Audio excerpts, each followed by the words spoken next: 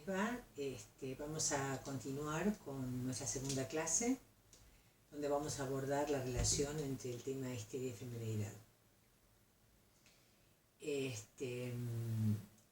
decir, que vamos a trabajar, por un lado, vamos a tratar de transitar qué entendemos por estructura histérica, y también vamos a pensar la relación entre histeria y femineidad. Después vamos a trabajar histeria masculina. ¿Se acuerdan que veíamos que vamos a trabajar cada estructura clínica en relación a la decisión sexual? Bueno, en principio, digamos, yo creo que la histeria es, la primera presentación clínica que aborda Freud, mucho antes de construir, digamos, sus tesis respecto de la neurosis obsesiva con el hombre de las ratas, o de ubicar la cuestión de la neurosis infantil y la fobia con Juanito. Freud primero se encuentra con los grandes cuadros histéricos, los grandes cuadros histéricos que él va a encontrar en la Salpêtrière con Charcot. Y aquí, digamos, aparece la apuesta más interesante de Freud, que es pensar estas manifestaciones, digamos, no meramente desde una hipótesis organicista, pensándolas como descargas o como diferentes desequilibrios hormonales o sistémicos del sistema cerebral, sino que él de alguna manera empieza a construir a partir de esta observación de estos casos sus primeras hipótesis respecto de la neurosis como defensa, el síntoma como producción sustituta, como retorno de lo reprimido, y la posibilidad del abordaje de un sentido del síntoma, por un lado. Por otro lado, aparece ya, y de entrada, la diferencia que hay entre el cuerpo biológico y el cuerpo erógeno, es decir, el cuerpo construido a partir de la relación del sujeto con el gran otro y como territorio donde el lenguaje ha ido constituyendo, un decir ha ido constituyendo diferentes modalidades gozantes que están articuladas a esa palabra. Por eso, cuando vamos nosotros a ver los primeros textos freudianos que están acá en la bibliografía, ¿no? El mecanismo psíquico de los fenómenos histéricos, y después cuando vamos también a el otro texto donde Freud cuestiona o trata de explicar las parálisis motoras, hay entonces la idea de una afección que él va a definir como conversiva, donde lo que acontece en el cuerpo no es algo que esté regido por las características orgánicas, no está regido por lo orgánico, sino que hay un quiebre allí del funcionamiento de los órganos para pasar a producir, digamos, una manifestación que puede ser leída y descifrada. Concretamente, en las parálisis histéricas, de lo que se trataba claramente era de pensar que esas parálisis motrices no podían ser explicadas por el mal funcionamiento o algún déficit en alguna inervación neuronal, sino que de algún modo ofrecían, ¿no es cierto?, un cuerpo que estaba diciéndonos algo y que era necesario poder traducir recorriendo las vías metonímicas que habían llegado a ese punto de condensación del síntoma. Entonces había una posibilidad de deshacer aquello que se había armado como conversión a través del recurso a la palabra. Esto, por supuesto, no en el primer Freud, pero claramente esta hipótesis del primer Freud le permite al Freud, que después aparece abandonando la hipnosis y tomando la libre asociación, no sin estas primeras hipótesis, Freud puede avanzar en lo que sería la libre asociación, ¿no? Bueno, entonces es muy interesante entonces cómo la histeria es la primera presentación clínica que le permite a Freud ir ubicando ejes cruciales en su teoría.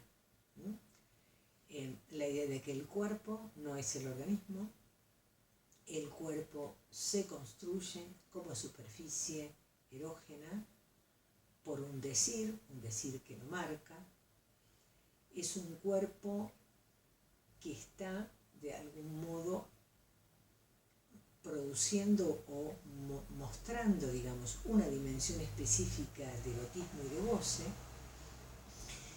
y claramente hay una idea inicial que está en este manuscrito, que por favor no es el H, es el manuscrito K, que es el manuscrito que aborda las neurosis de defensa, es decir, este Freud, el manuscrito K, es este primer Freud que piensa esta hipótesis de las neurosis como defensa. Es decir, para él, toda neurosis es el producto del haber quedado expuesto a un acontecimiento de naturaleza sexual que por su prematuración, por su prematurez, adviene traumático.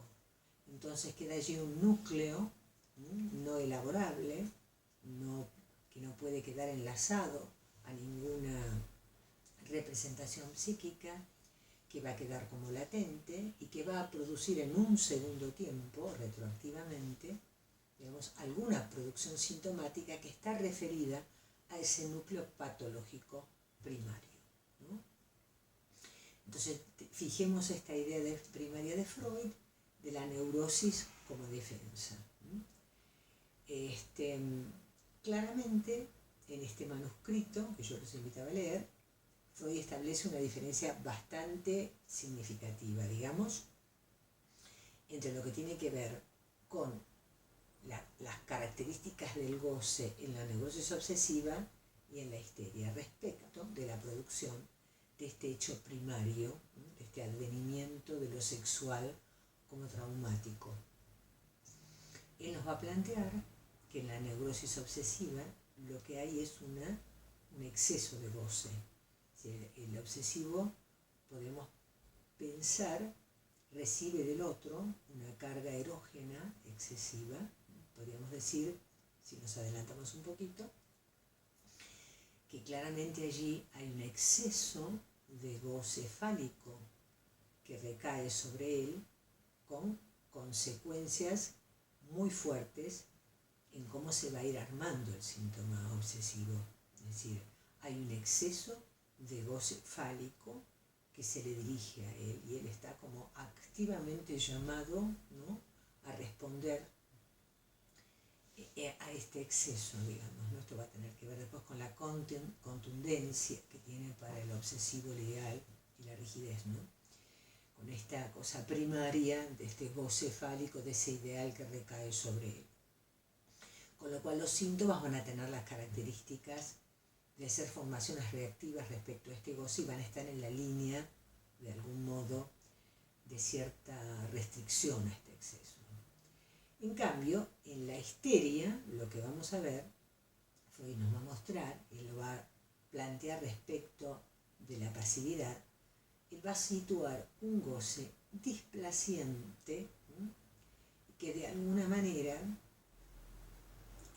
va a ubicar en este manuscrito esta cuestión de, digamos, de una respuesta muy desbordada por el lado del susto, de un exceso de angustia insoportable frente a este displacer, que después él mismo va a lo largo, digamos, de su trabajo clínico, va a ir situando entonces la conversión como una manera de poder establecer una defensa exitosa contra la angustia, ¿no? Es el modo en el cual el cuerpo queda a cargo de esta defensa contra esta angustia que supone esta inmixción displaciente del goce del otro, y que entonces conduce al sujeto a lo que él va a llamar la bella indiferencia, ¿no? El histérico aparece, si la defensa es exitosa, si la conversión es exitosa, bastante poco concernido respecto de lo que le pasa, ¿no? Por eso fíjense que cuando la reunión pasada hablábamos de la histerización del discurso, fíjense que la histerización no necesariamente coincide con la histeria. Es decir, si yo digo histerización, estoy diciendo que hay un sujeto que está de algún modo advertido de su división subjetiva, que está dividido por su síntoma, que está preocupado, que está de algún modo también, en cierto modo, angustiado, sin entender cómo hacer con él. En la histeria, cuando la histeria aparece como defensa exitosa, lo que va a aparecer es la conversión, que supone entonces un poner toda la libido allí, en este cuerpo que sufre y que habla y que nos grita, y en cambio aparecer una cierta posición de alma bella donde la histérica nunca sabe qué hice yo para merecer esto, ¿no? Hay cierta posición de desimplicación que es una de las resistencias más fuertes en el análisis a trabajar. Esta idea de poder conmover esta especie, digamos, de posición de alma bella de la histérica.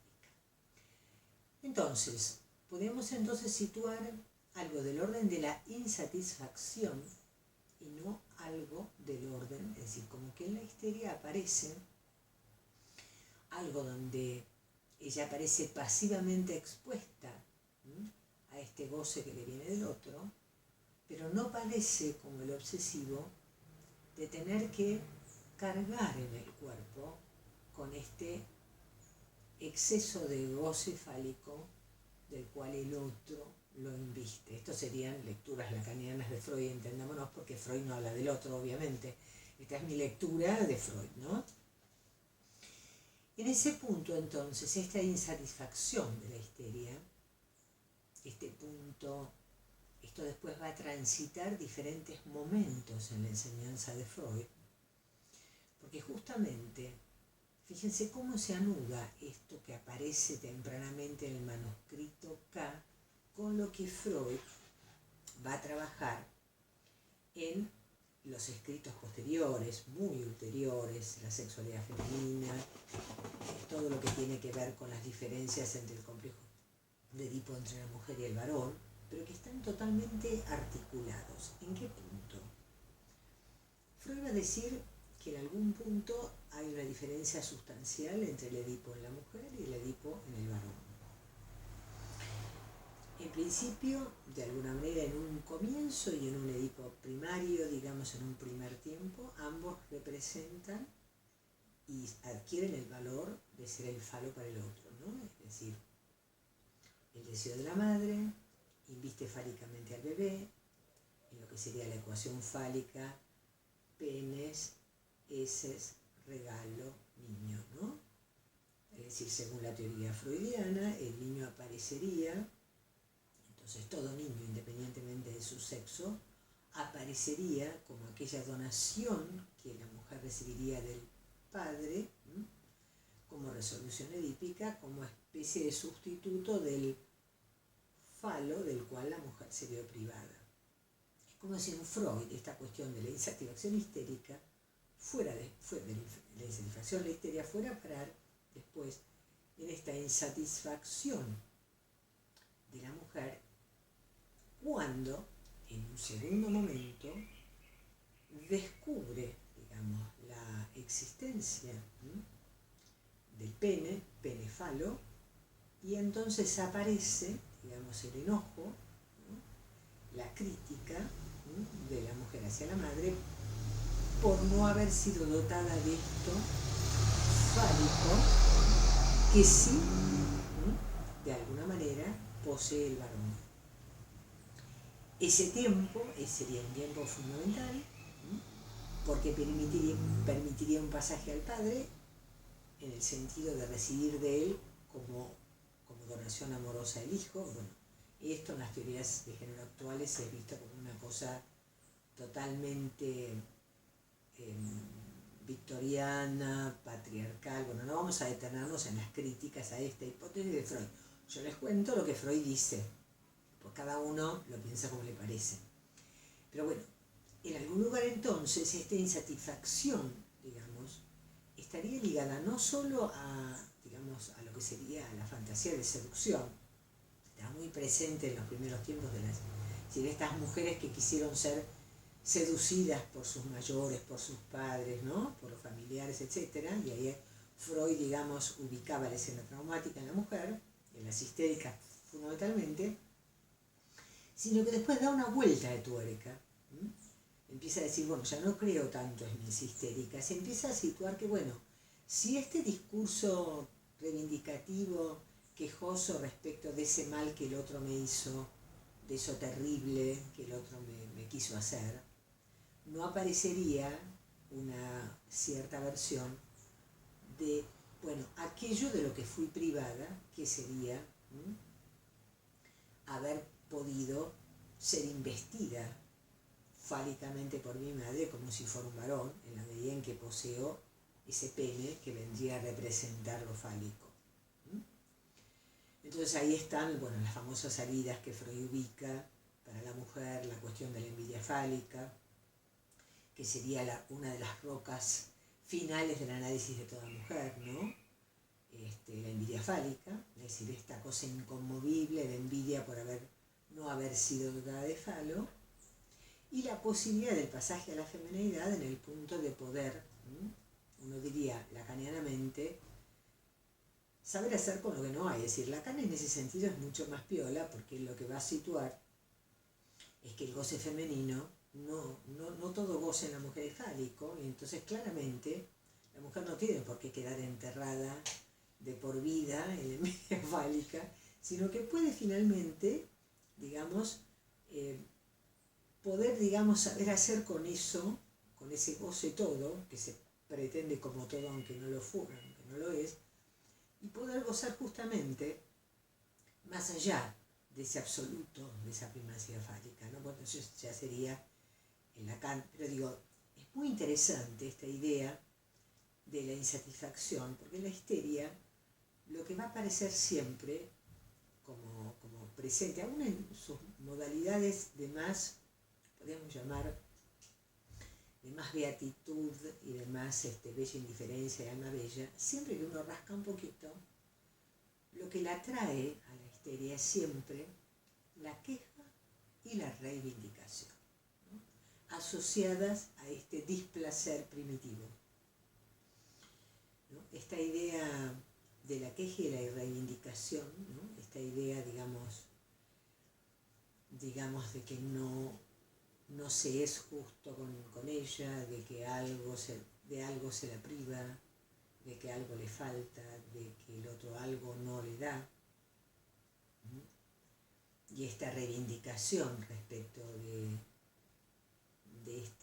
esta posición privada es bastante fuerte en la clínica, ¿no? Sobre todo en una histeria bien constituida, ¿no? Una histeria donde no haya demasiadas fijaciones melancólicas, o una histeria que por ahí no esté tan desanudada, digamos, como en el caso de la locura histérica, ¿no? En ese punto, por eso digo, esta idea de la queja y la reivindicación tienen que ver con esa queja de no haber recibido aquello que sí se le dio al otro investido en el lugar del falo. Uno tiene innumerables viñetas clínicas, desde el bife que se comía el hermano, al viaje que se le pagó al hermano, que fue mejor que el viaje de egresado que se le pagó a ella, o etcétera, etcétera, ¿no? Puede ser el hermano, puede ser la hermana investida en un lugar fálico. Pero esto es algo muy interesante, ¿no? Porque nos permite, digamos, no entrar en esa trampa, digamos, de lo que sería el libreto de la frustración, ¿no? Esta creencia de que el otro lo tiene y no me lo da, ¿no? No me lo da porque no quiere, ¿no? Es decir, cómo pasamos de la frustración que implica siempre la reivindicación. Yo voy a lograr que me lo den porque finalmente yo me lo merezco. Entonces virar, ¿no?, el eje de la queja y la reivindicación a lo que sería la dimensión no de la frustración, sino de la privación, de que finalmente por ahí no hay, por ahí el otro no lo tiene, por ahí el otro no lo sabe, por ahí el otro no puede, ¿no? Es decir, está la cuestión de la impotencia del otro, ¿no? Está la cuestión de la castración, ¿no?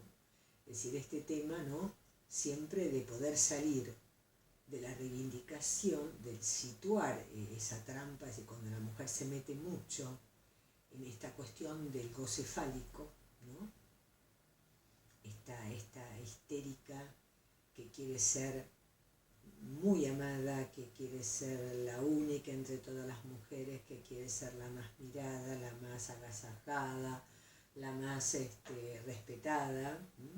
A veces ahí uno leería cierta cuestión de estar como demasiado enterrada en este callejón sin salida del goce fálico que la lleva a esta idea imaginaria de la frustración y no poder ubicar esta cuestión tranquilizadora de que no hay, que por ahí se trata de inventar algo más allá de esta encerrona, de esto que el otro no nos dio, fíjense que yo acá les doy un escrito que me gustaría que lo leyeran, que yo lo presenté en una Lacano americana hace unos años, cuando fue a Buenos Aires, allá, hace ya como 7 u 8 años, sobre, digamos, un escrito que se llama ¿Qué quiere una mujer? Desmesuras de la demanda de amor. Es un artículo que está publicado en el librito del colegio, Ética y Política del Psicoanálisis, y es muy interesante porque muestra una pequeña histérica cómo funciona ante una frustración amorosa. Es una pequeña histérica, pero ya ahí nos muestra, digamos, los callejones sin salidas de la histérica cuando está centrada en reivindicar el goce fálico del cual ella fue frustrada, ¿no?, lo que le faltó a ella para poder, digamos, ¿no?, recibir aquello que ella merecería. En este caso es una demanda de amor. La demanda de amor en las histéricas puede ser muy terrible, y puede realmente llevar a una situación muy compleja. Muchas veces en esta cuestión de la demanda excesiva de amor puede haber cuestiones muy complicadas que a veces se enredan y se complican en situaciones de violencia de género, como vamos a ver más adelante. Bueno, acá hay un punto donde yo ubico los falsos dineros de la histeria, porque bueno, es un pequeño punto simpático, pero es un punto clínico interesante, porque hace la dificultad de los pagos en la histeria, ¿no? Es decir, la histeria se lleva bastante mal con el dinero, en este punto de aquellas histéricas que sobre todo ubican este tema de que, bueno, siguen esperando la donación paterna de muchas cosas, entre otras, además del hijo, el dinero, ¿no? Entonces hay una cuestión de mucha dependencia, de mucho ponerse en manos del otro, ¿no?, de que el otro finalmente sea quien tenga que pagarles, lo cual les trae situaciones muy complicadas porque innecesariamente se meten en ese andarivel, porque muchas veces la mujer compulsiva de las compras es alguien que construye su propio calvario en el sentido de procurarse un otro que le recrimine todo el tiempo, ¿no?, su dependencia, su necesidad de que el otro le pague las cuentas, etc. Pero es un tema folclórico, clínico, que no podemos dejar pasar. El punto siguiente que aparece en la clase es esta cuestión de la histeria y sus máscaras. esta cuestión de la diferenciación entre semblante y mascarada en las identificaciones histéricas. Bueno, la histérica, evidentemente, es alguien muy propensa a la identificación y fundamentalmente a la identificación al síntoma. Recuerden ustedes cuando Freud en su texto La identificación ubica las 3 formas de identificación, va a ubicar una forma que es la identificación al síntoma, que es el famoso tema de la niña, digamos, están en el internado, hay una joven que recibe una carta de su enamorado y se desmaya. Bueno, se produce una epidemia de desmayos en el internado, porque claro, todas quisieran haber estado en el lugar de la que se desmayó primero, que recibió la carta del enamorado. Con lo cual, nos encontramos con esta idea, digamos, donde, bueno, en la histeria aparece esta propensión, digamos, a la identificación al síntoma, se cumple claramente en ella el deseo como deseo del otro, ¿no? Siempre la histérica, digamos, está en la mira de lo que la otra mujer tiene, quiere y desea, e inconscientemente va detrás de sus pasos, ¿no? Va detrás de estas identificaciones, con lo cual hay siempre una proliferación en la histeria que uno nunca puede desconocer. Por ejemplo, en este tema de los formatos clínicos que adquieren muchas presentaciones actuales, por ejemplo, las adolescentes que se cortan, o ciertas modas como el veganismo o el vegetarianismo, muchas anorexias, están totalmente ligadas a la identificación al síntoma, es decir, hay que discernir si estamos ante realmente una conducta autodestructiva emparentada con la melancolía o si estamos ante un fenómeno de identificación al síntoma propio de la histeria. Bueno, si mi amiga se corta y logró determinadas cuestiones, ¿por qué no me cortaría yo también? Esto como argumento inconsciente, entendámonos que no estoy hablando de una decisión yoica, sino de un mecanismo. Las identificaciones, como todos sabemos, son mecanismos inconscientes, no son como planificables por nadie, digo, para poder aclarar esto, ¿no? Pero claramente, entonces, muchas de estas identificaciones a ciertos síntomas construyen lo que estamos muy acostumbrados a encontrarnos en la clínica con las mascaradas histéricas. Una cosa es el semblante, que es, bueno, aquello que construimos, las identificaciones que necesitamos con los otros paternos y maternos y con los semejantes y los partener, con lo que sea, para producir un semblante con el cual presentarnos ante el partener sexual, es una cosa. Nosotros no nos presentamos sin los ropajes de nuestro semblante, que se construyen con identificaciones, que van cambiando con las épocas. Una cosa eran los semblantes femeninos de la época victoriana, otra cosa son los semblantes femeninos de los tiempos posmodernos, del feminismo, de los pañuelos verdes, ¿no es cierto?, del ni una menos. Van cambiando, los formatos van cambiando. Las mascaradas, en cambio, son aquellas identificaciones que son así muy frágiles y que de algún modo van situando una especie de deriva metonímica de síntomas muy enloquecedores que, bueno, nos enloquecen a nosotros, enloquecen al paciente y que muchas veces pueden llevar a una posición de mucho acting, de mucha locura, ¿no? Sobre todo en tiempos de la adolescencia, donde son tan comunes los fenómenos de grupo y los fenómenos digamos, de masa, ¿no?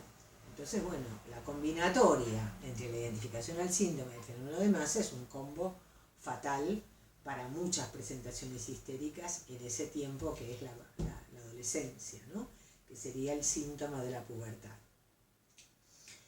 Entonces, bueno, en algún lugar les anticipa entonces que la histeria sería una estructura anudada.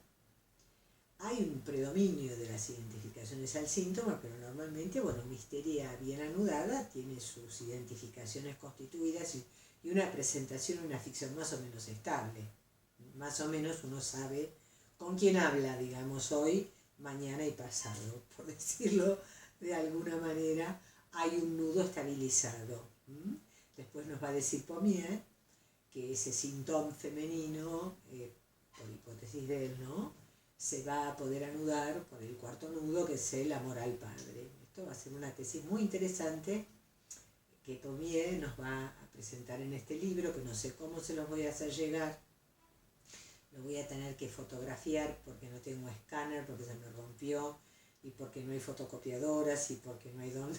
Estamos en una situación muy complicada. Pero bueno, esta idea del anudamiento femenino, en el caso de la histeria, tiene que ver con esta cuestión de la eficacia del amor al padre para anudar. Y la histeria, fundamentalmente, se identifica o se pone en el lugar de ser el falo, es decir, ser causa de deseo del otro, ¿no? Es decir, hay un punto de hacerle faltar al otro para despertar su deseo, dejar en falta al otro, hacerle falta al otro para advenir ser causa de deseo, que va a ser muy distinta de la posición de la obsesiva, que se va a ubicar en otro lugar en este anudamiento